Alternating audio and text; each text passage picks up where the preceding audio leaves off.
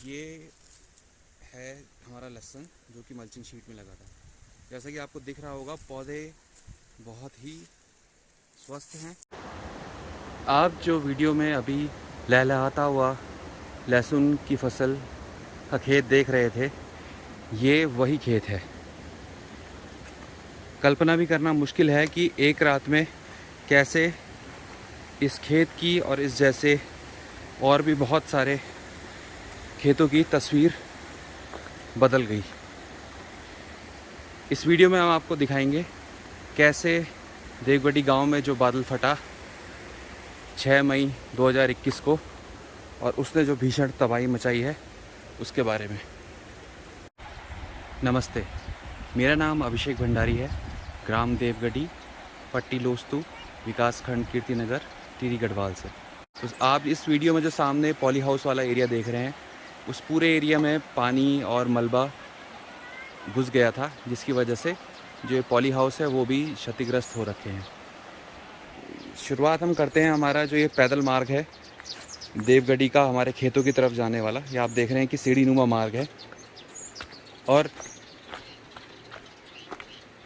इस गदेरे से ऊपर से मलबा आया और अब देखिए कि इससे आगे का सारा जो मार्ग है वो कहीं भी दिखाई नहीं दे रहा है। पूरा मार्ग इतनी बुरी तरीके से ध्वस्त हो चुका है कि इस पे कम से कम 1 या 2 मीटर मलबा मार्ग के ऊपर पड़ा है और इसको हटाने के लिए बहुत ही जल्द और बहुत ही शीघ्र हमें प्रयास करना पड़ेगा। ये जो आप देख रहे हैं अपने सामने, ये कोई पत्थरों से भरा हुआ जो आपको एरिया दिख रहा है, ये 2 दिन पहले तक बहुत ही अच्छा खेत था जिसमें हमने मल्चिंग शीट पे लहसुन लगाई थी। उसके मैंने काफ़ी सारे वीडियो भी बनाए थे और लोगों से शेयर भी किए थे। अब आप देखिए, आपको लगेगा भी नहीं कि ये खेत है। आधे से ज़्यादा खेत तो टूट चुका है और बह चुका है, और जो बाकी का खेत भी बचा है उसके अंदर इतना ज़्यादा बजरी और पत्थर घुस चुके हैं कि किसी भी चीज़ का यहाँ पे होना अब संभव नहीं लग पा रहा है। इसके नीचे वाला जो आप ये खेत देख रहे हैं पॉली हाउस के पीछे, इस खेत में गोभी लगी हुई थी और स्ट्रॉबेरी के प्लांट थे हमारे, जो कि हमने काफ़ी महंगे ख़रीदे थे। वो भी मल्चिंग शीट पे लगे थे। तो एक तो मल्चिंग शीट का भी नुकसान हो गया है और जैसा कि आप देख रहे हैं यहाँ पे कुछ भी बचा नहीं है। ये पॉली हाउस अभी पिछले महीने ही बनकर तैयार हुआ था। इस पॉली हाउस ने काफ़ी सारा मलबा रोक लिया आगे के खेतों पे जाने से, लेकिन ये आप देख रहे हैं इसमें कम से कम 2-2.5 फीट की रेत और पत्थर चढ़ चुके हैं और इसकी जो दीवार है पीछे वाली, ये भी क्षतिग्रस्त हो चुकी है। इन खेतों में हमने कचनार के बीज बोए थे, उसकी नर्सरी लगाने के लिए हमें पौधे तैयार करने थे और उनको वितरित करना था। उसके पौधे बाहर आने भी लग गए थे, लेकिन अब जैसा आप देख रहे हैं सब खेतों में मलबा भर चुका है और पौधे कहीं नहीं दिख रहे हैं, सारे पौधे बह गए थे। अब हम चलते हैं, जो हमारा नया पॉली हाउस बना था 800 स्क्वायर मीटर का, अभी पिछले महीने ही उसके अंदर का डैमेज देखने जो हुआ है। ये अंदर घुसते ही आप देख सकते हैं कि पूरा जो डंडियां हैं और मलबा है सारा का सारा भर गया है यहाँ पे।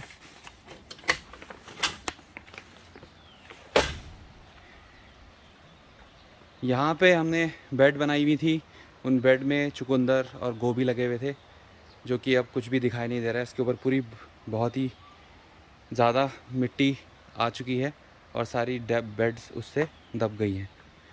यहाँ के ऊपर के एरिया में स्ट्रॉबेरी का प्लांटेशन था मल्चिंग शीट पे। आप देख सकते हैं कि सारे के सारे जो स्ट्रॉबेरी के पौधे हैं और जो मल्चिंग शीट की क्यारियाँ हैं वो सारी की सारी लगभग ख़राब हो चुकी हैं। पूरा जो पॉली हाउस था उसमें हमने बेड बनाए थे, इसमें हम नर्सरी बस लगाने ही वाले थे बाकी के एरिया में, और अब आप देख सकते हैं कि सारा का सारा ये बर्बाद हो चुका है। जितनी भी मेहनत इसमें लगी थी बेड बनाने में, 800 स्क्वायर मीटर बहुत बड़ा क्षेत्र होता है, लगभग 4 नाली का, ये सारी की सारी अब व्यर्थ जा चुकी है। इस खेत में हमने चिया सीड्स की पौध लगाई थी, जो एक विदेशी अनाज है, बहुत महंगा उसका बीज आता है। तो आप देख सकते हैं कि वो भी कहीं पे अब दिख नहीं रहा है। तो चिया की भी जो हमने काफ़ी सारी पौध तैयार करी थी वो महंगा बीज खरीद के, वो भी बर्बाद हो चुकी है। इन खेतों में हमने पहाड़ी आलू बोया था, लगभग 200 या 250 किलो के आसपास। और सारे के सारे खेत में यहाँ तो पत्थर भी आ चुके हैं, मिट्टी से आलू दब गया है, पता भी नहीं लग रहा है कि यहाँ पे कुछ था। ये स्केयर क्रो हमने बनाया था आलू की रखवाली करने के लिए, लेकिन अब ये बस स्केयर क्रो ही खड़ा रह गया है, आलू तो कहीं बचा नहीं है। ये हमारा 200 स्क्वायर मीटर का पॉली हाउस है। इसके अंदर की स्थिति भी आप देखिए, बहुत ही ख़राब नज़र आ रही है, सारा मलबा भर चुका है। इसके अंदर हमने कुटज, जो एक औषधीय पौधा है, उसकी नर्सरी लगाई थी अभी 1 हफ़्ता पहले ही। और बहुत ही छोटा बीज होता है कुटज का, धान जैसा, तो वो तो सारा का सारा बह गया होगा। जैसा आप देख रहे हैं इसमें कितना ज़्यादा मलबा भर चुका है। कहीं कहीं पे हमारी और भी नर्सरी लगी थी, जैसे थाइम की, पर्पल बेसिल की, आगे रोज़मेरी भी है और भी चीज़ें हैं। तो मुझे लगता नहीं इनमें से अब कुछ भी यहाँ पर बचा है।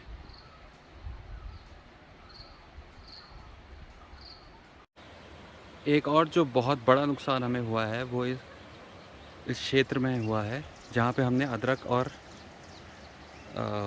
हल्दी लगाई थी। ये आप देख सकते हैं कि लगभग 12 या 15 नाली का ये क्षेत्र है, जो कि पूरी तरीके से यहाँ पे मलबा घुस चुका है। और इस पूरे क्षेत्र में अदरक और हल्दी का बीज लगा था। 500 किलो से ऊपर का बीज यहाँ पे लगा था, जो कि इतनी मोटी परत अब यहाँ पे मलबे की जम चुकी है कि मुझे नहीं लगता कि ये बाहर आएगा। ये हमारी देवगढ़ी ग्राम सभा को दूसरे गांव, जिसका नाम खोला है, उससे जोड़ने वाला मार्ग है। इसके ऊपर भी पूरा मलबा आ चुका है।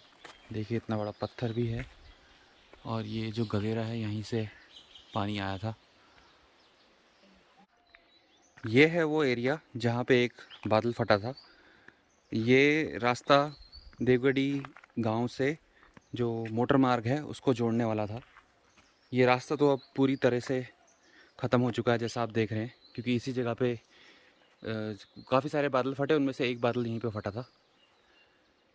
तो यहीं से ये जो गदेरा है शुरू हुआ, जिसने नीचे के भी बाकी के पैदल मार्ग हमारे तोड़ दिए थे। इन खेतों में हमने तुलसी का बीज बोया था, और ये भी एक दूसरा एरिया है जहाँ पे बहुत ज़्यादा मलबा आया है, और जिसकी वजह से सारा का सारा बीज बह गया और दब गया। यहीं से हमारी एक पानी की पाइपलाइन भी जा रही है, जो हमने सिंचाई के लिए बिछाई थी। वो दूर जो हमारा गांव है, लगभग 1.5 किलोमीटर से ऊपर लंबी ये पाइपलाइन बिछाई गई थी, जिससे कि हमारे उखड़ के जो खेत हैं देवगढ़ी में, वहाँ पे सिंचाई की जा सके। और हमने वहाँ पे ड्रिप इरिगेशन का इस्तेमाल करके फसल लगाई थी। बहुत ज़्यादा मेहनत लगी थी इसमें, और 1.5 किलोमीटर लंबी पाइप भी बहुत लगा था, 40 mm का HDPE पाइप। और जैसे कि आप देख रहे हैं, इस सारा का सारा यहाँ पे इस गदेरे में पानी ज़्यादा आने की वजह से ये पाइप सारा मुड़ के बह चुका है। ये पाइप भी यहाँ से लगभग 200-300 मीटर आगे तक जाता था पानी के हेड पे, और वो वहाँ से बह के ये पाइप आप देखिए, ये पूरा बह के नीचे तक आ चुका है, जिसमें से बहुत सारा मुड़ गया है, बेंड हो गया है और टूट गया है। ये पाइप अब इस्तेमाल करने लायक नहीं रहा। अब मैं आपको दिखाता हूँ सिंचाई की नहरें जिनको सबसे ज़्यादा नुकसान हुआ है। ये देखिए, ये दूसरी नहर, इसमें भी सारा मलबा भर गया है और ये भी नष्ट हो चुकी है। ये नहर देखिए, ये भी पूरी तरीके से टूट चुकी है और रिपेयर करने लायक हालत में भी नज़र नहीं आ रही है। ये नहर भी हमने टेम्प्ररी जोड़ने के लिए PVC का इसमें 4 इंच का पाइप लगाया था, जो आप देख रहे हैं, लगभग 28 फीट लंबा पाइप, और बीच में एक पिलर लगाया था इसके सपोर्ट के लिए, ताकि ये टूटे ना। जो पिलर भी अब पूरा जिस तरीके से ध्वस्त हो चुका है, और इस नहर का भी अब चल पाना संभव नहीं है।